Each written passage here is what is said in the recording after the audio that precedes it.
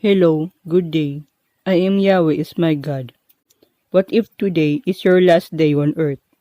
According to that statistic, an average of 160,000 people die every day.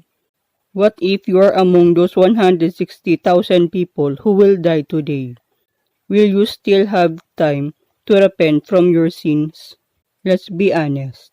That is a topic that people usually avoid, but it happens every day to anyone.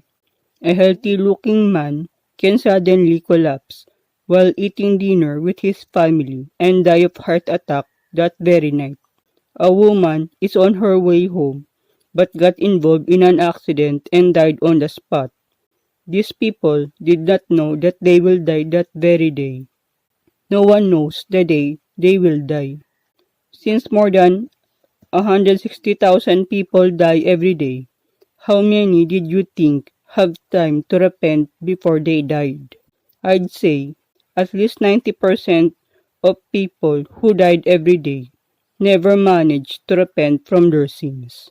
If you think that you can just repent tomorrow rather than today, then you might not have a chance to repent because death comes like a thief.